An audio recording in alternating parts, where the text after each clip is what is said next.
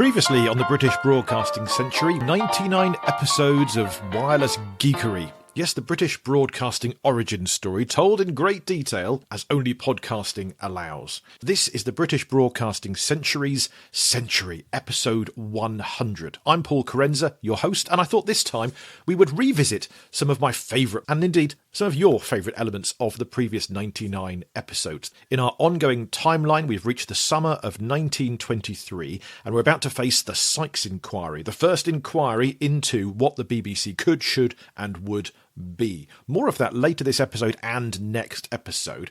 But really, I wanted to use this episode to go back and look at some highlights, both some archive clips that maybe are worth revisiting, or indeed some audio we've not given you in full before, and shine a bit of a light on a couple of stories that we have perhaps overlooked or found new things about. I've been asking you, the listener, as well, over our last few episodes, to send me your favourite moments, bits you want to revisit. Thank you for doing so. They all await you this episode as we revisit about the 1890s to 1923, the British Broadcasting Century's Century. Hello, this is Paul Carenza calling. This is London Calling. Hello, I'm Paul Carenza. Thank you for joining us for 100 episodes so far. My word, you have staying power. And if you've joined us late in that process, that's absolutely fine. In fact, this is quite a good episode to start from, because we're going to bring you some highlights of the last 100 episodes and summarise about 25 to 30 years that takes us from before Marconi even sent his first Morse code message via wireless to a thriving BBC. This isn't just a highlights package, we have some new content for you as well. So in that sense, it's a bit like one of those sitcom episodes that has highlights of the previous series and just records about 7 minutes of new bits. So where do we begin? Well,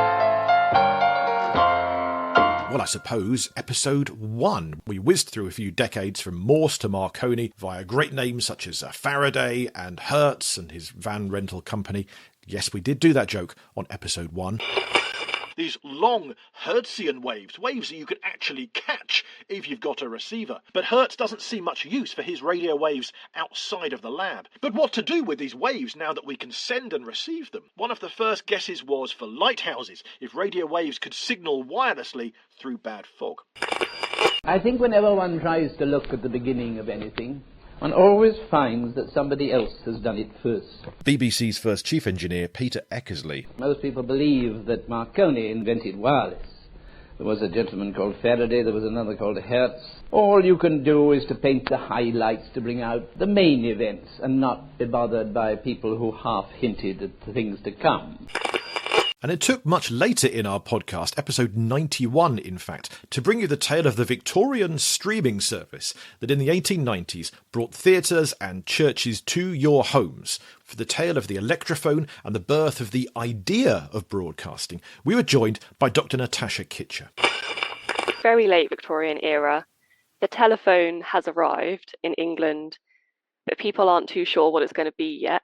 One of the early propositions is maybe we could use it to start streaming theatre performances or church services, or maybe even do news broadcasting, which is of course what radio will be doing a bit later.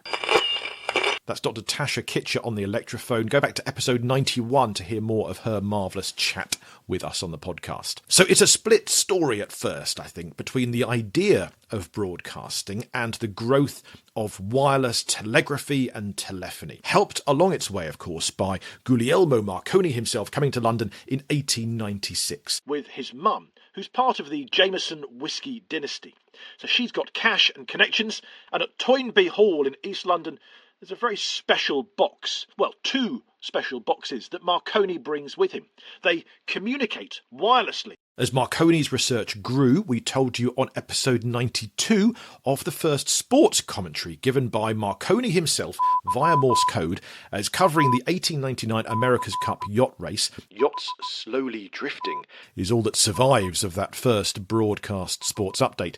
But was it the first? You know, on this podcast, we do like to poke at known knowns, query them and ask, actually, was there something that came before that? On this occasion, we're going to poke at one of our own, knowns. So in episode 92, we talked about the America's Cup yacht race of 1899, and I believe I called it the first sports commentary. What the first sports commentary was. All right, I did call it the first sports commentary, but since then, I have seen that while the America's Cup yacht race was the bigger event that caused a splash, if we can say that in yachting parlance, Marconi did try all of this a year earlier. It was the Kingstown Regatta in 1898 off the coast of Ireland. This is one of the places Marconi was particularly keen to try out his wireless experimentation. The Dublin Daily Express picked up on what Marconi was doing and asked his brand new Marconi company if they could help out and send them messages of what was happening in the regatta. So Marconi chartered a tugboat called the Flying Huntress and watched and sent over 700 messages via Morse code to shore, where a newspaper chappie was waiting to receive the news wirelessly, and the press then could go to print while the yachts were still at sea. Incredible. Now, this didn't spark an immediate demand for sports reports, but it did spark something else. Marconi's experiments now showed that wireless messages could be sent over water. 1901, Marconi sent signals across the Atlantic. Percy Paget recalled in 1924 what it was like. The station at Baldew was instructed to send out the letter S, 3 dots. After some trials, Marconi was able to hear, at St. John's, Newfoundland, 3 ticks denoting the letter S, and showing that these wireless waves sent from Baldew had travelled round the Earth for 3,000 miles. And we took joy on this podcast of rediscovering this old reenactment that Marconi made of that very moment. Listen to this, Kemp. Take the headphone. Can you hear anything? Yes, there it is. The letter S? Distinctly, Mr. Marconi. Hackett, come here and listen. Now, here's a brand new thing that we've not featured on the podcast before. I would like to add some new content, of course, in with the old. Did you know the first song Marconi ever transmitted? Me neither. This is 1913, and what was once Morse has now evolved and now includes the human voice. Thank you to John Hannon for this amazing story. We're going to chat to John about this properly on a future episode of the podcast, because I need to know more about this. Now, John is an expert in Ireland's Marconi wireless stations. His granduncle, in fact, worked for Marconi. Marconi is at Clifton on the west coast of Ireland, doing a ton of experiments to grow the great wireless idea. And as part of that, one day Marconi visits the engineers there and he brings something rather special, a triode.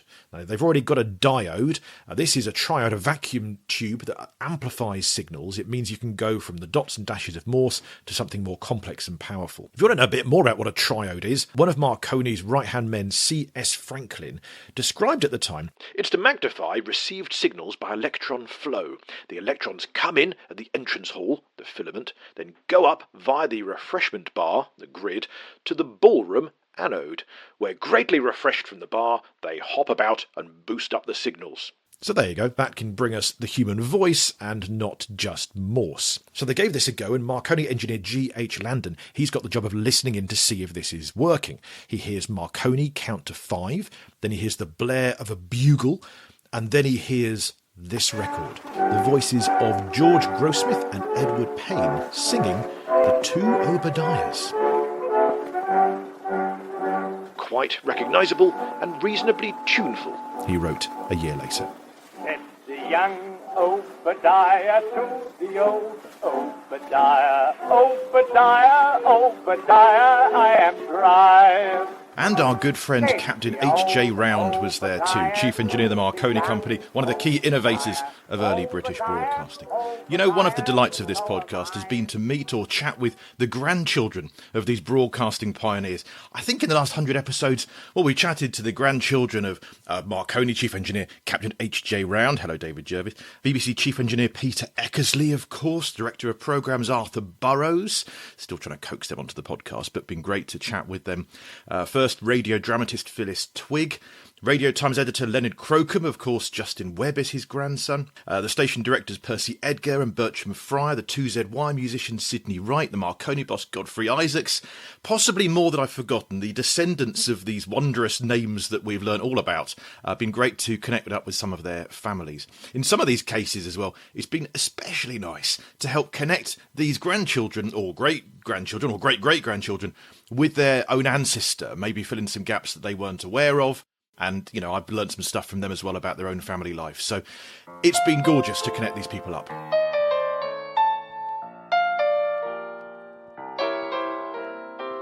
A wonderful bird, the pelican. His beak holds more than his belly can. One of my favourite stories was of Horace and Gertrude Donisthorpe. It's 1917. We claim Gertrude as Britain's first DJ.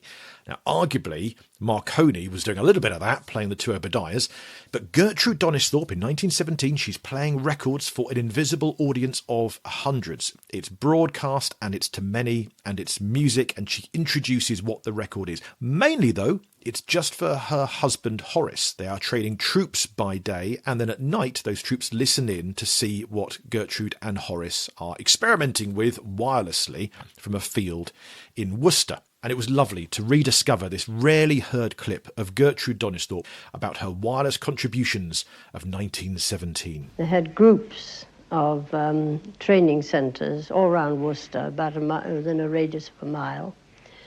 And he had a tent just on the river bank where he had his special experiments, his own, nothing to do with the army, except that he used army staff and army personnel.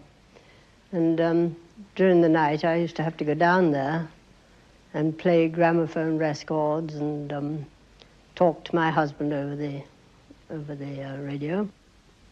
And used to say that I remembered that rhyme. A wonderful bird, the pelican. His beak holds more than his belly can.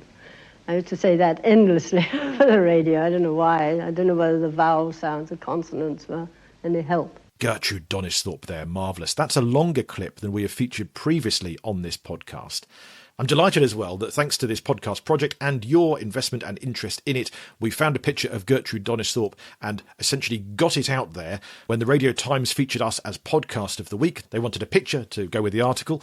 I said, you don't want a picture of me, you want a picture of Gertrude Donisthorpe. And they said, we can't find a picture of Gertrude Donisthorpe. And I said, if you try the BBC photo library, I'm pretty sure I saw one there, but I can't afford to license it. Thankfully, the Radio Times can afford to license it. They print a picture of Gertrude, and now she is free to see for all of those who Google image search Gertrude Donisthorpe, Britain's first DJ.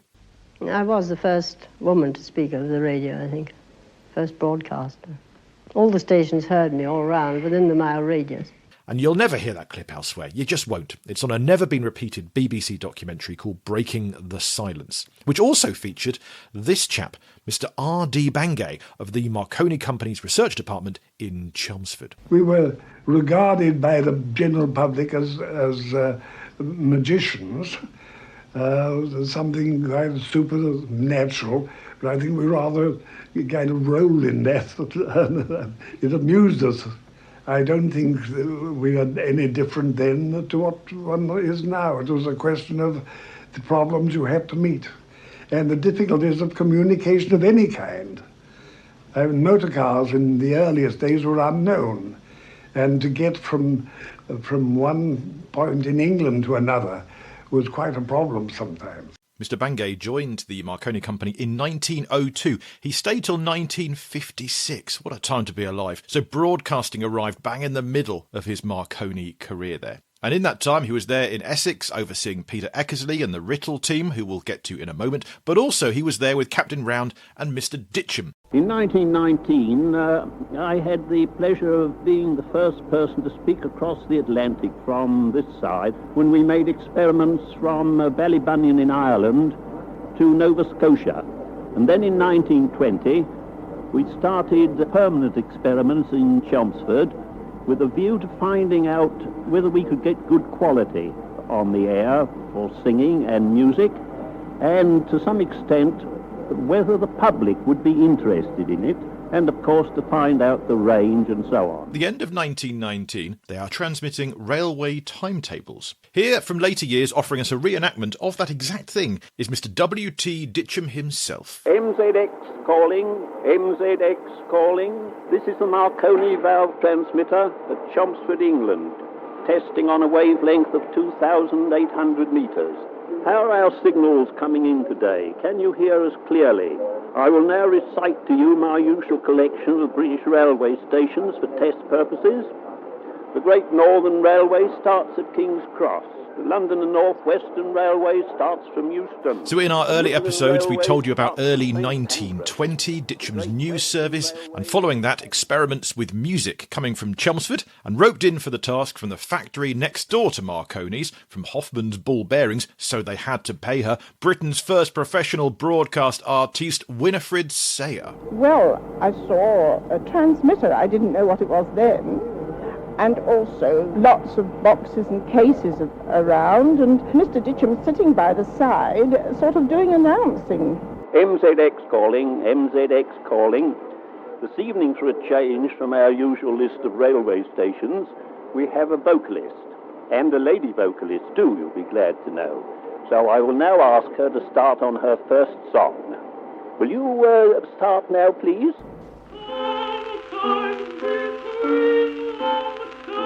There was a song at that time that was quite popular, and it was very short. It was called Absent. Don't ask me who wrote it, because I couldn't tell you. But I sang that. But of course we didn't have a piano.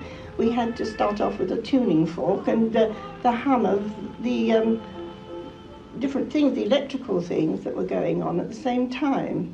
I think I got 10 shillings a night. I thought it was wealth. In those days, it's a long time ago, you know. That's a longer clip than I believe we've given you previously. Wonderful to hear from W.T. Ditcham and Winifred Sayer there. I don't think I've ever spoken to you since that day.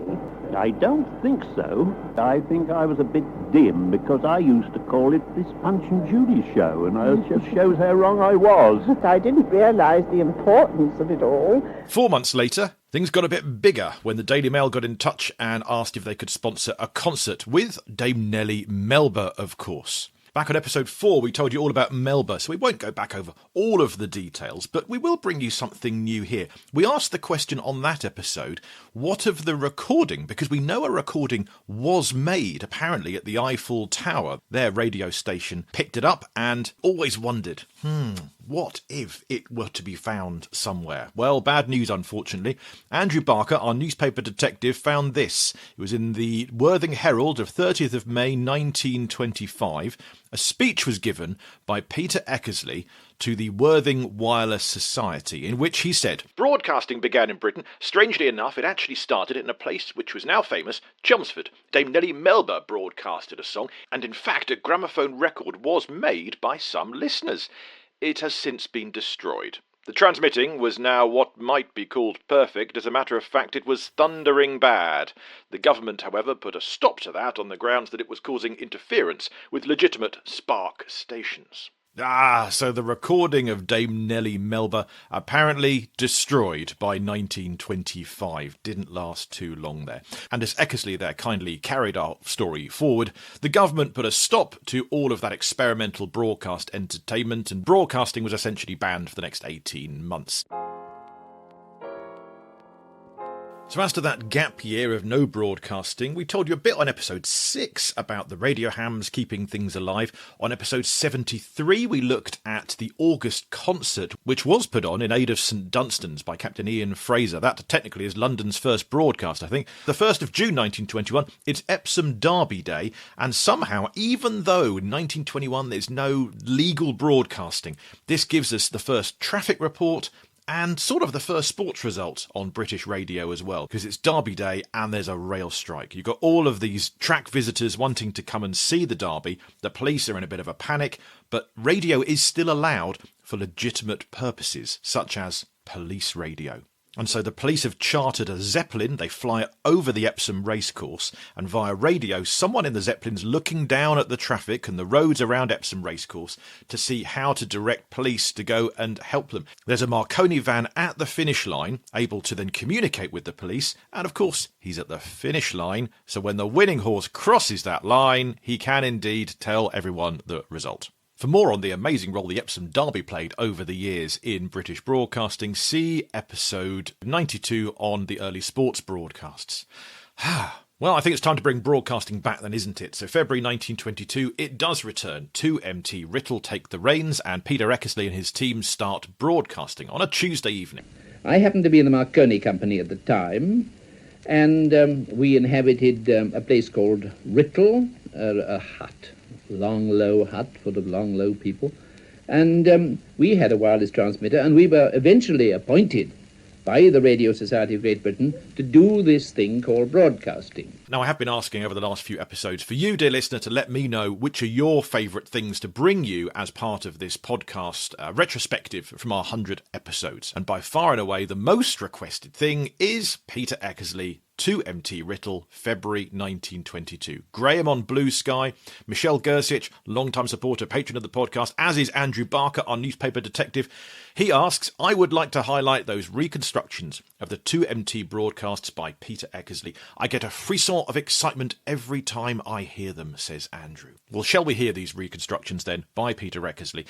And who better to set the scene as to the context of broadcasting at the time than the premier raconteur in his anecdotage, Peter Eckersley. I used to go home and let the others do the transmissions, but one time I stayed and had some dinner at the local, and then I sort of suddenly felt that perhaps this formality was a little bit much, and picked up the microphone. 2Emma Talk, Riddle testing. This is 2Emma Talk, Riddle testing. Hello, CQ. Hello. Hello, Ash. Hello, Ash. Ash, hello. The signal's okay. Wave your hand if it's all okay. Jabbered. Well, how are you tonight?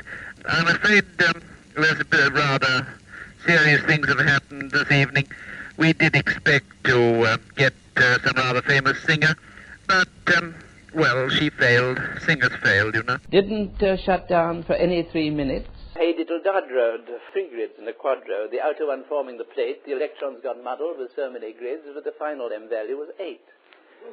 And 4 and 20 B valves standing on the shelf. Ash couldn't find one. I had to go myself. When the circuit opened, the valve began to sing. Don't you think that I was right to smash the beastly thing? Next morning, we came in and had a post-mortem. All the staff sat round and said, this. I said, oh, did I say that? Oh, my God. Oh, no, I didn't. No, did I really say that? Well, I expected a letter. I got one from head office, from Arthur Burroughs. It was very rebuking. But it was offset by a pile of postcards that said, wonderful, do it again, we loved it. And so we did it again, and we didn't take any notice of Arthur Burroughs. Hello, CQ, this is 2Emma Talk, Riddle testing. This is 2Emma Talk, Riddle testing. Tonight, we have a most marvelous thing that's going to happen. We are going to receive Rome. There may be some atmospherics, there may be some jamming, there may be some oscillation. Whew! But hang on, CQ, we're just going to receive it now. Hang on, CQ, hang on, CQ. Here it is.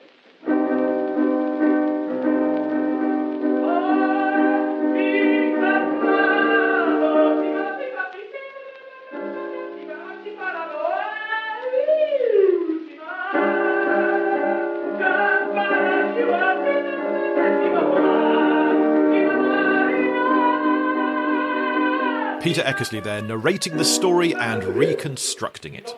How lucky we are to have those recordings. And thanks to all who requested to hear those again.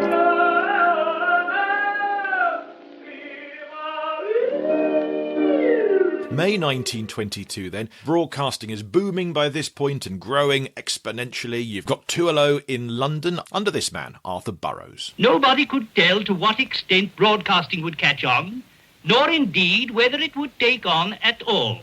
There was no precedent, no store of experience to be tapped, no staff ready to hand with metal proved in a similar field. It was all left to us. Then in mid-May, 2ZY in Manchester joins the party. In those days, we didn't know there was going to be a unified BBC, and we, in the north, felt ourselves in competition with Marconi in the south. In fact, we developed at the same time as Captain Peter Eggersley was developing in Writtle. Dearest, the concert ended, sad wails the heterodyne.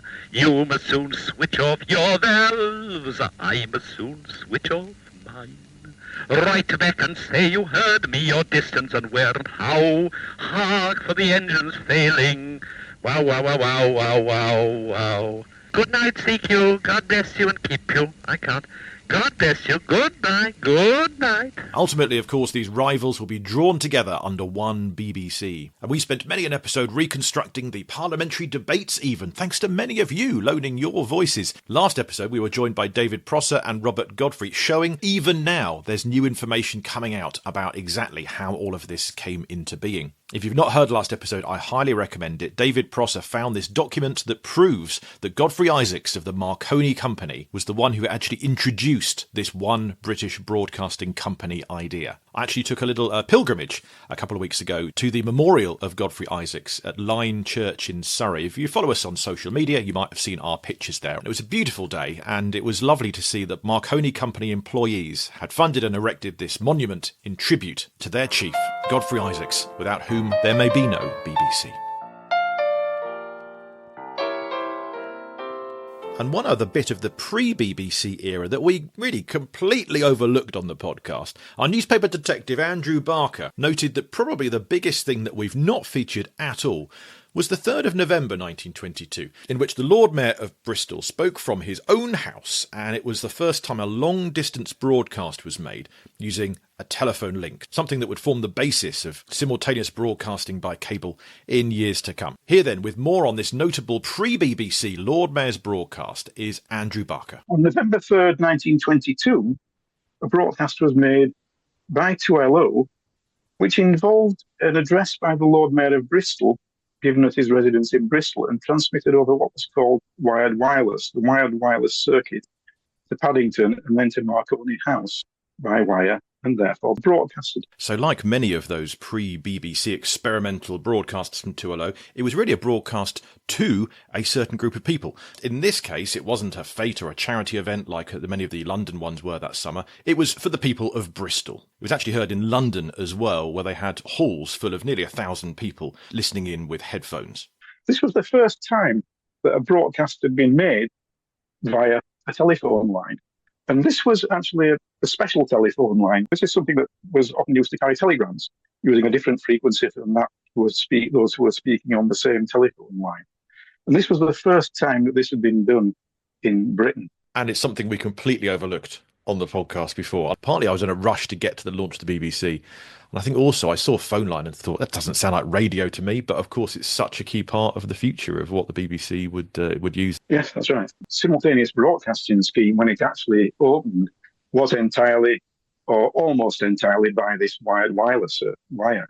It depended on the telephone lines that carried the radios, having amplifiers at various stages, and also doing this two currents at different frequencies in order to give a reasonable quality of signal. It involved Sir William Noble of the Broadcasting Committee speaking to the people of Bristol from Marconi House in London, and then the Lord Mayor of Bristol gave a reply. And in his speech, the Lord Mayor of Bristol recalled how he actually, as a younger man, helped Alexander Graham Bell explain what the telephone was to people in Bristol. And now, a generation or two later, here he was explaining broadcasting to the city instead. So it builds towards then, just a week and a half later, the launch of the BBC. And we thoroughly enjoyed on this podcast recreating the very first BBC broadcast. Huge thanks to Andrew Barker once again for his help in assembling that. Polling in the general election takes place tomorrow. The Prime Minister... You can find the full works of our complete reenactment of that first BBC broadcast on YouTube if you search for British Broadcasting Century First BBC Broadcast. And we'll put the link in the show notes to that as well. That concludes the first bulletin. I shall now repeat it at a slower speed. But here's a new take on the very first day or days of the BBC. A never-before-heard memoir of Arthur Burrows. It's quite short. It's about 5-6 minutes long to read out. And so I thought, yeah, let's read it in its entirety. I found it at the BBC Written Archive Centre in Caversham on a visit there. I asked them, and they said it's actually not theirs as such, because it was never broadcast. It's not a BBC script as such. So as far as they're concerned, we are free to bring it to you. It was written by Arthur Burrows in 1942, reminiscing about what it was like to launch the BBC 20 years earlier. And I don't think it's ever been online or released in full. I've seen it occasionally quoted in a PhD or a book like David Hendy's marvellous book on the BBC. But at long last, I think we should hear it in its entirety. Now, some bits of Arthur Burrows' memories here don't quite tally. You'll hear him talk about the election results and an orchestra as if it's on day one of the BBC. Records and reports indicate that the election results was day 2 of the BBC and the orchestra was day 3. Day 1, just that news report. So I wonder if Burrows is merging memories of 3 days into one. Well, wouldn't you 20 years later? So let's hear this reminiscence in full for the first time, written by Arthur Burrows. The first BBC broadcast, a memoir by Arthur R. Burrows, written, it would seem, mid-November 1942. A pea soup fog was hanging thickly over London 20 years ago last evening. Sensible people were in their homes, sitting comfortably before their fires. But in 2 rooms on the top floor of Marconi House in the Strand, unusual things were happening. In one of these, which had been partitioned from a wide passage, a coatless figure, closely absorbed in his strange duties, was passing slowly up and down before 2 rows of luminous globes as big as rugby footballs. These were the valves, or the Aladdin's lamps, which form the heart of a broadcasting transmitter.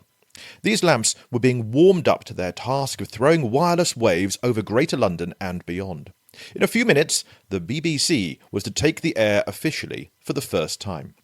Nearby, in a room which had been a private cinema, but was now draped in plain canvas, was a small orchestra. Hanging before the players were a number of telephone mouthpieces. 2 similar microphones were hidden in the piano. In another part of this queerly equipped room was a solitary figure standing before a reading desk. Alongside him was a set of tubular bells. Both he and the conductor of the orchestra were watching alternately the second hand of a chronometer on the wall and a red lamp above the entrance door. Suddenly, the red lamp glowed. A few seconds later, the second hand reached 0, and a peal of Westminster chimes was struck upon the bells. As the sound died away, the speaker advanced his microphone and announced, "2LO, Marconi House, London, calling. 2LO, Marconi House, London, calling. This is 2LO, the London station of the BBC, calling the British Isles." Down came the conductor's baton, and the little orchestra broke into a lively inaugural march. Stanton Jeffries was the conductor. In his orchestra were veterans of the English musical world, but it is doubtful whether in all their experience at the Royal Albert or Queen's Halls they had taken part in so strange or exacting a performance as they gave that evening. They were on the air for the first time to an invisible audience spread over hundreds of square miles. Some of their listeners perhaps were struggling for a share of the family headphones. Amongst others were wireless operators on ships at sea. To myself fell the honour of making the opening announcement. For some months previously, I had been engaged in preparing for a London broadcasting service by organising experimental broadcasts, searching for sites suitable for a broadcasting headquarters, and seeking facilities for what are now termed outside broadcasts. Those first few moments were anxious ones. The engineer's signal OK released feeling which must be akin to those experienced by a prisoner at his moment of reprieve. Confident though I was of the future of broadcasting, I confess that at that time I had no idea it would reach its present popularity. The first BBC programme was not mainly musical. The feature of this particular evening was the broadcasting of election results, for the nation had been to the polls that day, and arrangements had been made with the news agencies for the broadcasting of the figures as they arrived. Now, the announcing of these results should not have caused me any embarrassment, for I had taken part in a number of experimental broadcasts. But on this night in November 1922, we had not reckoned with the fog. The studio at Marconi House was very small. We dared not run the ventilating fan, as its noise would have gone over as a background of escaping steam, so we arranged to open the windows during the interval. In those days, we were required by an official ruling to stop broadcasting for 3 minutes in each 10, and to listen with headphones to ensure that our transmissions were not proving a nuisance to their wireless services. So each 7 minutes, 2LO announced that it was closing down, and then we opened the windows. Each time we did this, for we were gasping for air, in flowed the reddish-brown penetrating fog. In this ever-changing atmosphere of fug and fog, our little orchestra struggled manfully on with its programme. Complaints of the huskiness of the announcer would have been justified. It was a bit cruel on the orchestra, however, to receive criticisms that some of its selections which followed groups of election results showed undue political bias. Those players, I assure you, were more concerned with the state of their lungs than the state of the poll. Under such conditions, the BBC made its formal bow in London. Broadcasting has for me lost none of its romance. I have known strange happenings during 20-odd years in its service at home and abroad. The first of these came as a sequel to our efforts on that foggy night in November 1922. It was a letter from a ship's operator stating that he had received the election results on a crystal set whilst his boat was steaming through the Mediterranean. We had calculated that the crystal range of our first transmitter would be of the nature of 15 to 20 miles. Signed, A.R. Burroughs. Wow, so there you go. Lots in there. I mean, there's some information there I've never heard or read anywhere else before. For example, the orchestra being accused of electoral bias based on upbeat or downbeat music. How wonderful. Now, given this hasn't been out there before, I would love to know what you made of it. Did anything surprise you in that? Do we trust Burroughs' memories mostly? You know, he might get a day or two wrong in there somewhere, but the mood, the atmosphere, I think he communicates that beautifully. Do get in touch with me, paul@paulcarenza.com. That's Kerensa. Paul@paulcarenza.com reaches us here. I'd love to know what you made of that. Meanwhile, the BBC launched in Birmingham, November the 15th, one day after London, and this is Percy Edgar. So I sent down half a dozen artists on the first night. Terrible night. We had great difficulty in convincing them that they mustn't shout into the thing. They felt it was a sort of telephone they were using, you see. They were not singing to the audience up in the back row of the gallery, but literally were talking and singing to them in their homes. But we got over the difficulties all right, and I think it was a fairly successful evening. And that same day in Manchester had the first children's broadcast of the BBC by the Lady of the Magic Carpet, Miss Benny. And here's a thing we've not had on the podcast before. Thanks to Dr. Zara Healy and Dr. Steve Arnold for uncovering this one. Article from the Liverpool Echo in which the reviewer tells us the first words of the first children's broadcast of the BBC. At 6:45, when I first clapped the phones to my ears, a recitation was in progress, and then a voice announced, "Now, children, listen to this lovely fairy story." The kiddies breathed gently, not to miss a word, and the tiny mouths drooped a little of the news that the poor swallow had died of a broken heart. You wouldn't hear that on CBeebies today. Now, another listener got in touch, Jude Montague. Wonderful to chat to her on episode 45 of the podcast about her grandfather, Sidney Wright, early on-air musician in the 2ZY Wireless Trio. Yes, Jude says her favourite moment of this story so far has to be when my granddad and grandmother met at 2ZY, which is why I am here today. Yes, if they hadn't met, no Jude. And also, she says, I would have liked to hear Victor Smythe do Algie's Priceless Piffle. Well, we haven't got a clip of Algie's Priceless Piffle, but we do have a clip of Victor Smythe of 2ZY Manchester. I met an old friend of mine in a very famous drinking house in Manchester who was going out to Metropolitan Vickers at Trafford Park to what he said was one of the most marvellous things in the world. And he took me out there to see this radio business at work. This wireless thing, as he called it. That is how I went out there in November 1922. Listener and supporter of the podcast, Matt Lacey, has been in touch to say that my highlights have been hearing about the creativity and independent spirits that made the technical and practical advances that led to the first stations. Absolutely. And I think nowhere was that shown better than 5IT in Birmingham, where the chief engineer, A.E. Thompson, had to become a children's presenter. And he wasn't too happy about it. One of my other problems was the children's corner. We felt that we ought to do something to amuse the kiddies. Unfortunately, I had to think up my own stories because of copyright trouble. I'm not used to telling stories to children at all. But he did give us the earliest that we know of children's character on BBC Radio. I thought up the idea of a blue cat with yellow spots. I thought that ought to interest them, and used to get up to the weirdest antics during the day. And I used to relate just what Susan had been up to during the day to the children, you see. And they seemed to like that very much, except the small boys. And I started getting letters from small boys saying, "Dear Uncle Tom, couldn't we have some stories about a dog, please, because cats are for girls."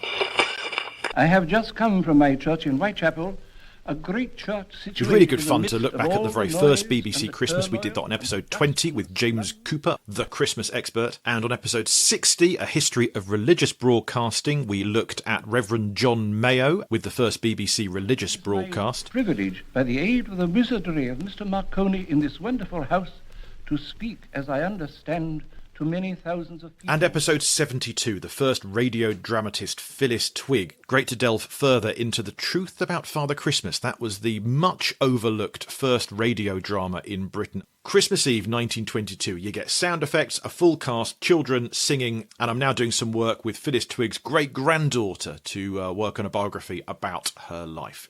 Professor Tim Crook. Phyllis Twigg's play deserves a lot more recognition. Not only was she the first original playwright for radio drama, she was the BBC's first broadcasting cook. Isn't that incredible? In television. With her pen name, Moira Main. And thanks to that name change, I could go back to the British Library and discover the truth about Father Christmas as a short story. It's not the script of the original radio play, but now at least we know what was in it. Britain's first radio drama. A highlight for many as well is when the first outside broadcast took place on the 8th of January 1923. It's live from the Covent Garden Opera House, and listening in to the magic flute there in his little hut in Writtle in Essex was Peter Eckersley. And of course we started to listen. Well, the lucky people were able to put a microphone, a Western Electric microphone with a stretched diaphragm, a carbon microphone, into the opera, into the Covent Garden. And all at once one put on a pair of headphones and was aware that something miraculous was happening. Because you suddenly were in the atmosphere of Covent Garden. You suddenly were conscious that this was music, that this had potentialities. And it was from that moment, the first hearing of those opera broadcasts, that I personally suddenly felt, look, I want to be in broadcasting. This is something with a tremendous potential. Peter Eckersley there, who joined the staff in early 1923, as did Isabel Shields, the BBC's first female employee. Isabel Shields was one of the very, very first appointments. Dr. Kate Murphy. So she came in as police secretary and just organised him. So this was at Magnet House, of course, before they get to Savoy Hill. So she starts in the January, and then you get other women trickling in. Because all these kind of grand chaps need women to do all the stuff, answering the telephones. They'll be, doing the typing. They had this old thing called, I think it was a Roneo machine or some old machine that duplicated stuff. Because obviously, if you've got scripts, you need many copies of things. So they had the duplicator. There's a wonderful description. I think it's in Cecil Lewis's book when he talks about, the phones never stop ringing, the duplicating machines never stop duplicating, the typewriters never stop clattering. Innovations of the early BBC included the first political debate in February of 1923. On an episode 62, in which Rita Chakrabarti joined us, we brought to life some of the craziness of that first political debate and the reason why the BBC took several decades off before bringing us more political debates. The words here of Peter Eckersley. There was a debate at one of these halls where people have a debate. It was a debate about communism. All the comrades were there. Wedgwood Ben was against it, basically. And there was somebody else basically for it. And over the air, at the end of it, when there was a perfect riot, came the red flag sailing through the respectable British ether. And what a row there was about it.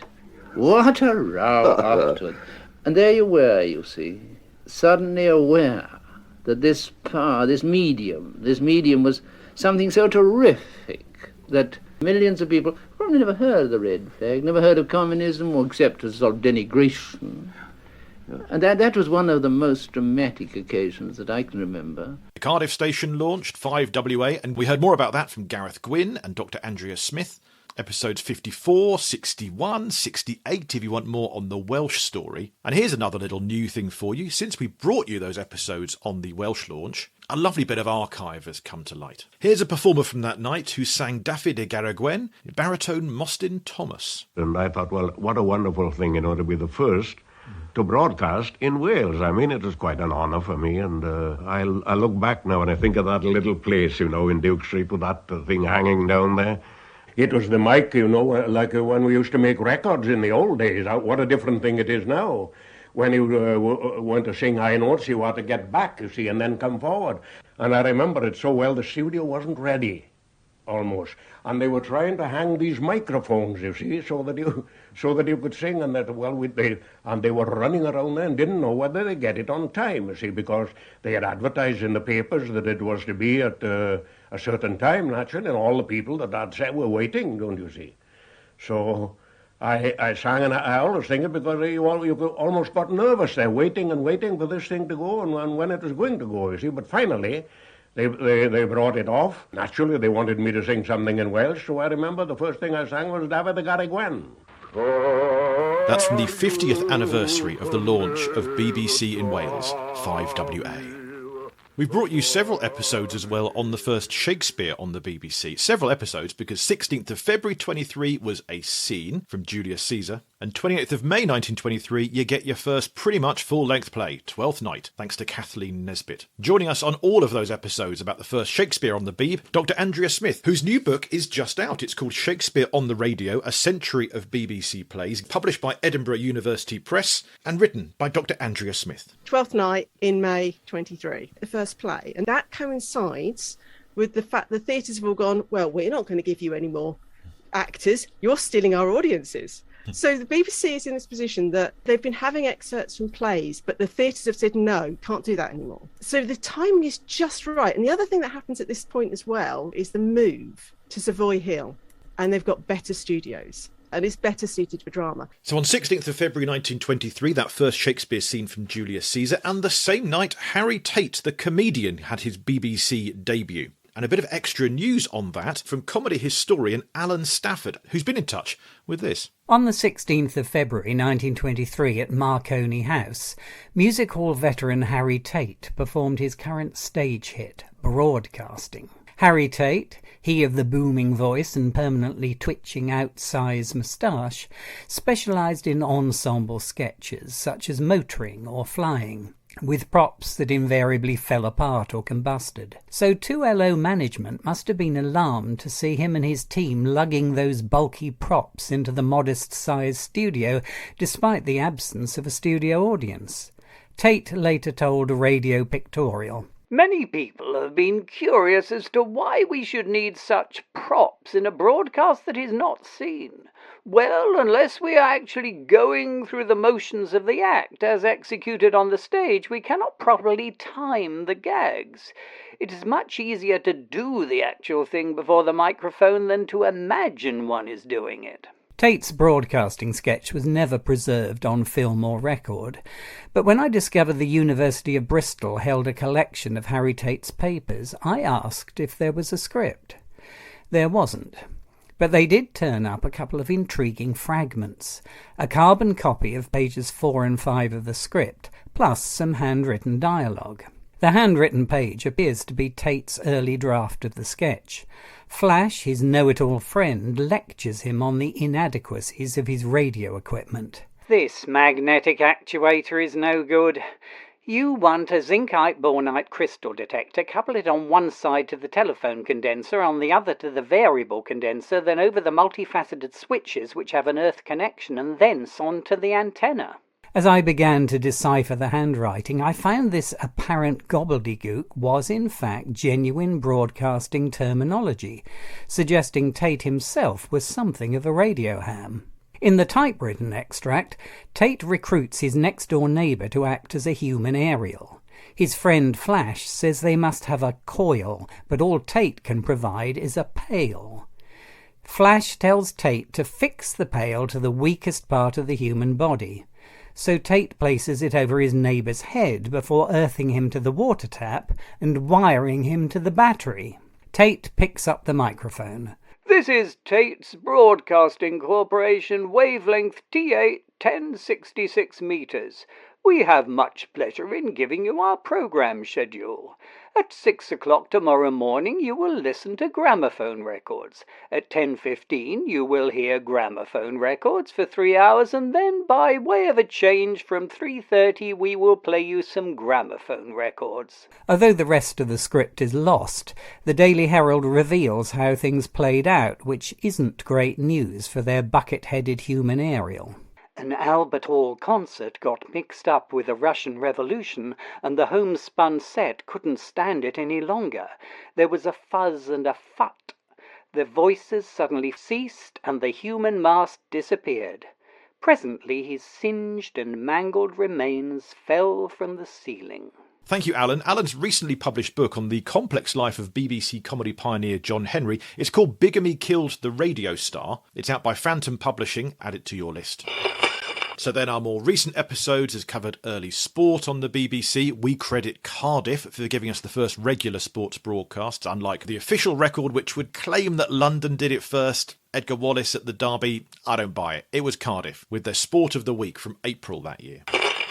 So as we've explored over many episodes, there has been a bit of a disconnect in early 1923 between the BBC, the press and the government. A little bit like today, one could say. In April 1923, the Postmaster General Joynson Hicks called it the wireless muddle. While the Daily Express were vying for competition, and F.J. Brown of the Post Office the same day refused the Daily Express their own broadcasting licence. No Daily Express radio then, which there still isn't today, although there is a Times radio now, of course. But back then, the Post Office was unable to grant a licence generally to other newspapers and organisations. And was the BBC a monopoly? Should there be a change in the licence situation? Because it was rather confusing. There were several of them, and some were using the experimenter's licence to evade proper paying of a licence fee, thus denying the BBC of much-needed cash. So did the current Postmaster General agree with the choices of previous Postmasters General in giving the BBC their unique broadcast licence?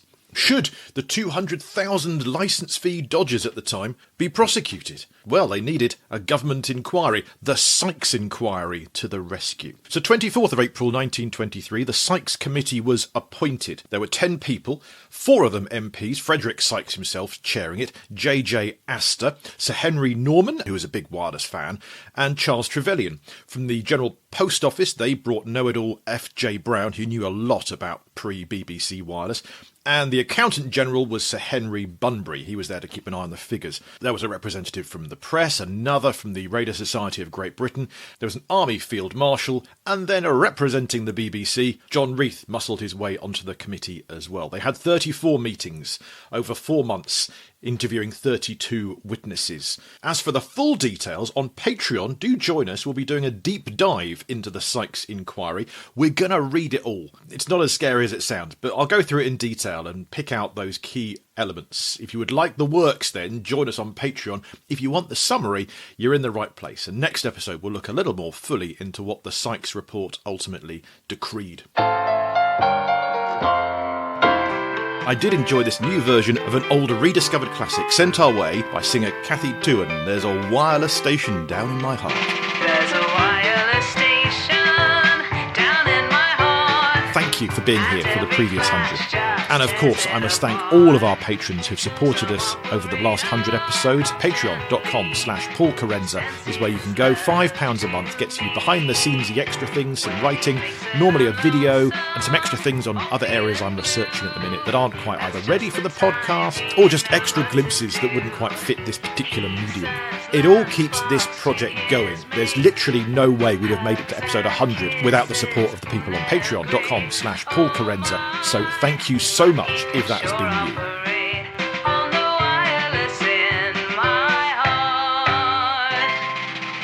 And lastly, I just want to dedicate this episode to my dad, Roger. He died quite recently, and he's been ill for the last year. I just want to say as well, thank you for your patience here on the podcast, for some delays between some episodes we've been looking at for him over the last year or so as well. So, Dad, this episode's for you, and this has been the British Broadcasting Century. Presented and produced by Paul Carenza. Original music is by Will Farmer and has been for the last 100 episodes. You can find us on Facebook, Blue Sky, a little bit on X as well. Search for the British Broadcasting Century. Thanks to the BBC Written Archive Centre in Caversham for their various help with research over this time. Thank you to the many listeners and patrons who've been in touch, especially those who've contributed things, corrected us on things, offered new niches and avenues to explore. And thank you especially if you've shared anything of this podcast online or in person with friends. We are a one-man operation, so if you share this podcast with others, you are truly helping us, and we thank you. Archive clips are public domain, pretty much entirely, and hopefully entirely. Stay informed, educated and entertained, and join us next time for episode 101 on the British Broadcasting Century. Hip hip, hooray!